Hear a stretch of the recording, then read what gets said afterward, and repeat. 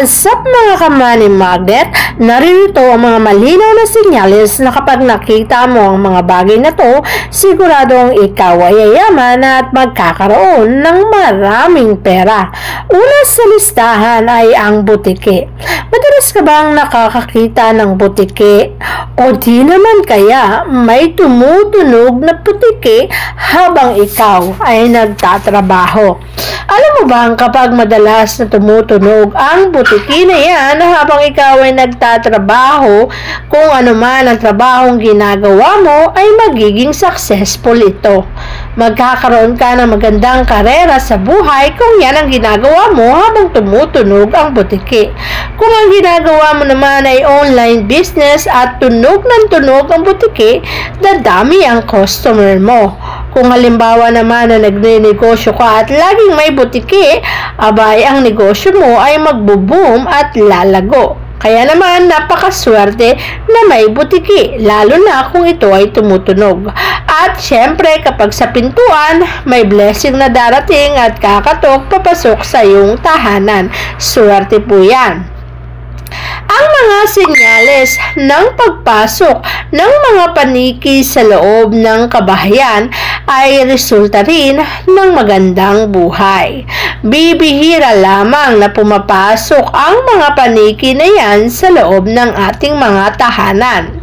Ngunit kapag pumasok ang mga paniki na yan sa loob ng ating bahay, ay paniguradong nagbibigay senyales yan ng pagyaman. Ang mga paniki na yan kapag umikot din sa tahanan, may magandang buhay na naghihintay sa mga taong nakatira sa tahanan na yan. Kaya naman napakaganda na ikaw ay makakita ng paniki at napakaganda rin ang paniki na yan ay pumasok sa iyong tahanan. Kaya nila pinapasok ang iyong tahanan o iyong bahay sapagkat alam nila na ang swerte ay naririyan. Kaya naman kung papasukin ang bahay mo, matuwa ka dahil swerte po yan. Ang mga bubuyog naman ay madalas mong nakikita sa iyong tahanan. Alam mo ba na ang mga bubuyog na yan ay biglaan na lang papasok sa mga bahay na may darating na kaswertihan? Naaamoy, nararamdaman at talaga namang pinapasukan nila ang mga tahanan na magkakaroon ng magandang buhay.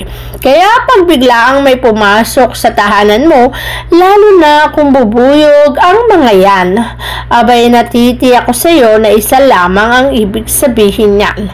Ang ibig sabihin lamang niyan, may mga swerteng darating sa iyong buhay. At ang mga swerte na yan ay magbibigay sa iyo ng magandang buhay. Kaya't kapag may bubuyog na paikot-ikot sa loob ng iyong tahanan, iba ang pinapahiwatig niyan ay kaperahan. Siyempre, hindi rin mawawala sa listahan ang ating mga 11-11 na numerong swerte. Madalas mo bang nakita to o biglaan na lang sumusulpot sa'yo?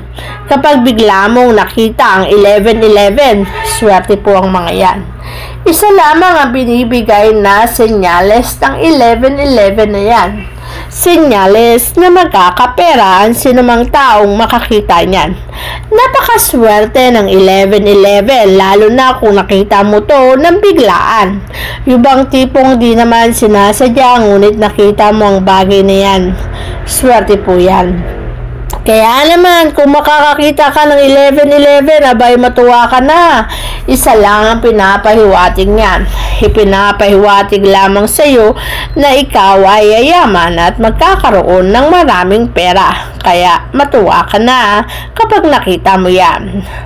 Ang mga bagay na nakikita natin sa ating paligid ay nagdudulot ng swerte, lalo na kung numero. Kapag naman nakakita ka ng 888, 8, ibig sabihin ng numero 8 ay infinity o walang katapusang swerte. Ang infinity na to ay panghabang buhay na makakamtan mo ang kaswertehan na yan. Ang swerte na yan ay lalapit sa buhay mo. Kaya naman kung nakakakita ka ng numero 888, swerte po ang bagay na yan. Magkakaroon ka ng maraming pera at hindi lang yan panandalian. Sapagkat ang numero 8, ang ibig sabihin ay infinity o walang hanggan. Kaya naman ang swerte ay walang hanggan at magiging panghabang buhay. Yan ang swerteng dala ng numero 8. At syempre, sa loob ng tahanan, hindi din mawawala ang numero 777. Kung tawagin ay Lucky 7. Bakit ba natin sinabi na Lucky 7? Dahil nga ito ay swerte. Kapag madalas mo itong nakikita, kapag nadalas mo itong napapansin, isa lang ang ibig sabihin niyan. Lucky 7. Ibig sabihin, ang swerte ay magaganap sa iyong buhay. Kaya naman pag madalas mong nakikita ang Lucky 7 na yan, ito'y malinaw na senyales ng taong madalas na nakakita ng Lucky 7 na yan ay siswertihin sa buhay. Magkakaroon ng magandang resulta ang lahat ng bagay na ginagawa mo. Ikaw ay siswertihin. Magkakaroon ng magandang buhay at panghabang buhay yan, ha? Siyempre naman, hindi rin mawawala ang numero 111. Swerte din po yan. Ang mga numero na to ay nagbibigay pahiwatig na ang magiging takbo ng pamumuhay ay magiging maganda. Kung ito ay madalas mong nasusulyapan o nakikita, o kung madalas mo rin itong napapanaginipan, ito'y katumbas ng perang darating sa iyong buhay. Ang perang yan ay maaaring mapagbago ang takbo ng iyong pamumuhay. Gaganda at magkakaroon ng magandang resulta ang anumang ginagawa mo sa buhay. Kaya naman kung patuloy mong nakikita ang numero na yan, isa lamang ang pinapahiwatig niyan sa iyong buhay. Ang swerte ay nalalapit na. Ito'y malinaw na senyales na ikaw ay yayaman na. At syempre sa bawat buhay natin, nakakamit natin ang swerte. Katambal natin ang swerteng numero 8. Numero 8 na ang ibig sabihin ay infinity o walang hanggang swerte ang ibibigay sa ating buhay. Kaya naman kung madalas mong nakikita ang numero 8 na yan, isang senyales lamang ang pinapahiwatig niyan. Ipinapahiwatig lamang nito na panghabang buhay ang makakamtan mong swerte. Na ang swerteng mapapasayo ay hindi magiging panandalian, kundi magiging panghabang buhay. Katumbas kasi nito ay infinity. Kaya naman, ang swerte ay infinity rin sa iyong buhay. Kaya pag natagpuan, ikaw din ay yayaman.